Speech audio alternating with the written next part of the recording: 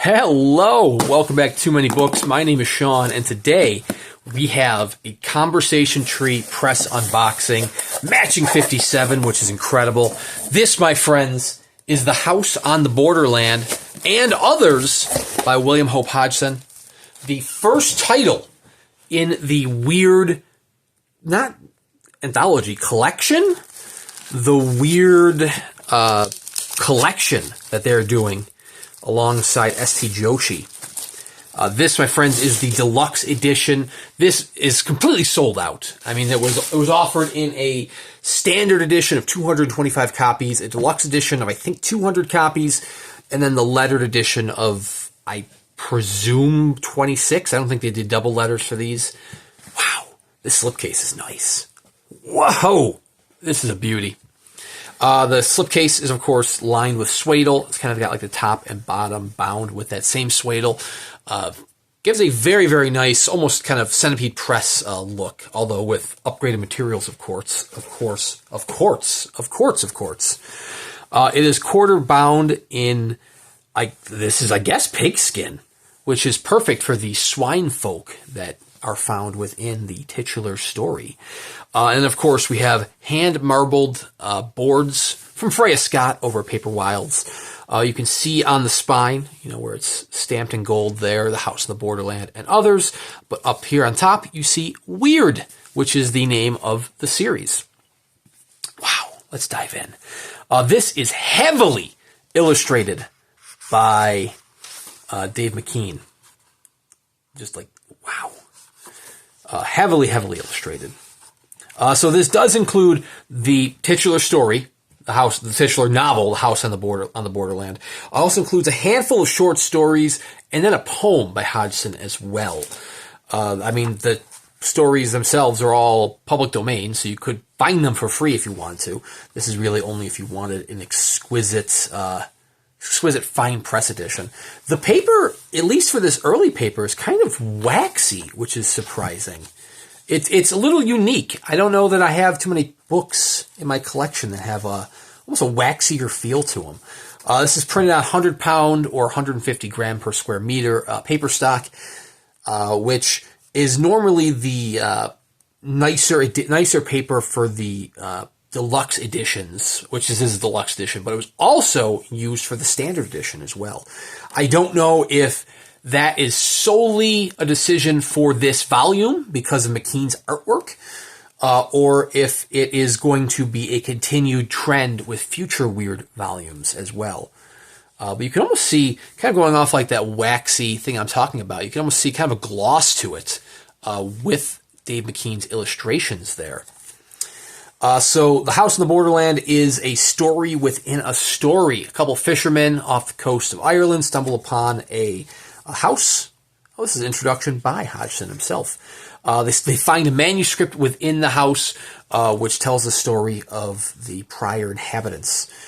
I believe, brother and sister and their dog who are beset by swine folk and find themselves kind of unlatched from time. I know that they said the first and last chapters, which are, the encompassing chapters, the framing device, are going to have black and white illustrations. But then once you get into the story itself, we're going into the full color illustrations once you get within the manuscript. Each chapter within this manuscript, within this novel, has an illustration by Dave McKean. Like, that is just, holy crap. Heavily illustrated, which was part of the reason for the upgraded paper stock in the standard edition. I think it was more so for the black and white illustrations. But anyways, if you get the standard edition, you will get the same high quality paper. I know if you get the lettered edition, you do get an upgraded paper. I think that's going to 170 grams per square meter. That is a little too rich for my taste. I mean, that thing is a even more pricey volume, but that one is using actual stone slabs from Ireland. I believe they're from Ireland, for the cover. So it's actually not even like inlaid with stone. Like, no, it's like the stone is mounted onto the boards for the lettered edition. Really giving me the lettered copy vibes from The Road from Suntup. which is like a holy grail edition. I mean, that is like way outside of my reach. That is one of 26 copies. That is a very, very pricey volume. But man, I would love a lettered road to like go with the numbered Blood Meridian that Suntop did. I mean, those are like very similar styles. Man, McKean's artwork is so freaking good. But as I mentioned, the House in the Borderland and William Hope Hodgson in general are public domain. So a lot of other small presses have given small press treatments to this. This is, as far as I know, the first fine press treatment that the volume has received. As far as letterpress printing goes, mainly, with modern age. Where is the fragments? Oh, the fragments. Okay, I'll say it's not like a full new chapter. I was like, am I missing an illustration? No, I'm not. I just didn't go far enough. Currently available, if you want a much more affordable version of The House in the Borderland, just the novel itself. I know Weird House Press has their unsigned edition that is shipping right now. That has illustrations by K.L. Turner. I think it's only got 11 illustrations, which, is paltry compared to the 27 illustrations that Dave McKean has done. But I mean, hey, that's you're getting a huge value in like the price by itself. And there's actually footnotes in this as well. I imagine these footnotes are provided by St. Joshi. But I mean, the Weird House Press edition, it's like $40 for that unsigned copy. That's a pretty damn affordable volume. I have a signed edition on order for that one, which I think was like $60. Still very affordable. I'm trying to cut back on not having duplicates, but Weird House I feel like they're twisting my arm with these nice, cheap, affordable, weird classics that they've been doing, because they're nice and cheap, and I think they'll look great next to each other on a bookshelf. If you want to go the next level up, as far as pricing goes, but it'll actually have more text than this edition, you can seek out either of the two Centipede Press editions, neither of which are called House in the Borderland. No, instead you are going to have... this must be back into the narrative here. Oh, no, it's not. I'll say we had black and white, but now we're back into color. So the Centipede Press ones, they have the Library of Weird Fiction, which is an 800-pound page volume full of Hodgson's works. It includes 2 full novels by him, one of which is The House in the Borderland, plus a plethora of other short stories. That one has been out of print for several years, so it might cost you triple figures, like $100, maybe $200 to pick that up. But I mean, you are getting a ton of bang for your buck there. Going a couple $100 more than that, there's also the Masters of the Weird Tale that Centipede Press did, which is going to be an oversized volume.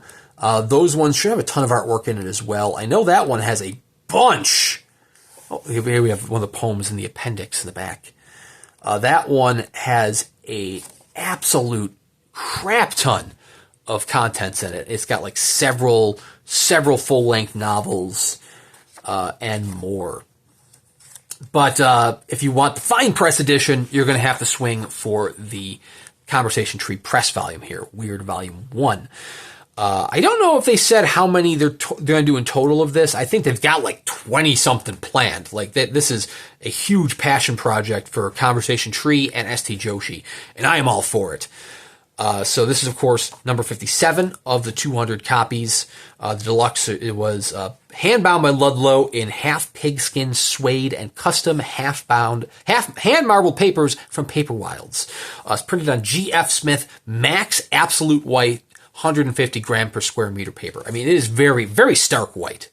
I know the stark white isn't the easiest to read for some folks, which is, it's an unfortunate, trade-off for having a nice white paper. This one, I don't think it's going to be too bad. I mean, there are some titles where the paper, it will hurt your eyes.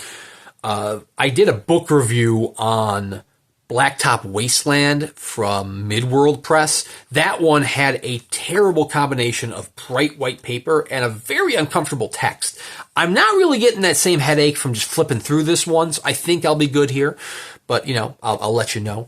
Of course, is printed, letterpress by Philabelle and Rather Hetherington at Hand and Eye Editions. So you get a lot of the same names on these fine press editions. All of the editions are signed by Dave McKean and St. Joshi. Volume 2 of Weird is right around the corner. It is from a living author, which leads me to believe that it will be either Caitlin Kiernan or Ramsey Campbell. I'm leaning towards Ramsey Campbell because St. Joshi is a huge advocate for Campbell's work. Campbell has been publishing works for 60 years now. His first collection was 60 years last year. And, I mean, it would fit right into a Weird collection like this. Like I said, this is the deluxe edition. It will set you back quite a few pretty pennies, but there is a standard edition out there if you want a more affordable edition. Those look really nice as well. Those have a nice full cloth binding with a piece of Dave McKean's artwork inset. This piece right here, this frontispiece inset into the boards. I was tempted to actually get a collector's edition as well, but then again, it was. I mean. Ultimately, I would only keep one of the two editions. I was going to try to do a side-by-side kind of for a video, but my wallet hurt too much in order to get both editions. Oh my god, I forgot to mention, there is some gold page edges on the top. Look at that. So ultimately, just went with the deluxe. Had to stay on the deluxe train in order to get Foundation. So I did not swing for the standard editions. Although I think the standard editions are going to look really nice to them next to each other on a bookshelf if you were to get the full cloth standard editions. Or you keep swinging for the deluxe editions. I'll try to hold on for as long as I can because, man, this is a beautiful edition. I don't know if the future editions are Weird. Like I said, are going to have the same paper type between standard and deluxe.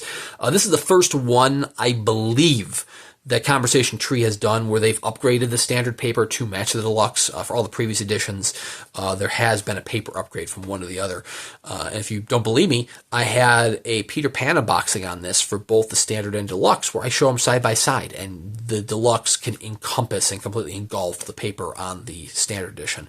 But anyways, check out Conversation Tree Press. They are doing an exceptional job. Andy up in Canada there is one of the best fine press publishers in the market right now. It is, wow.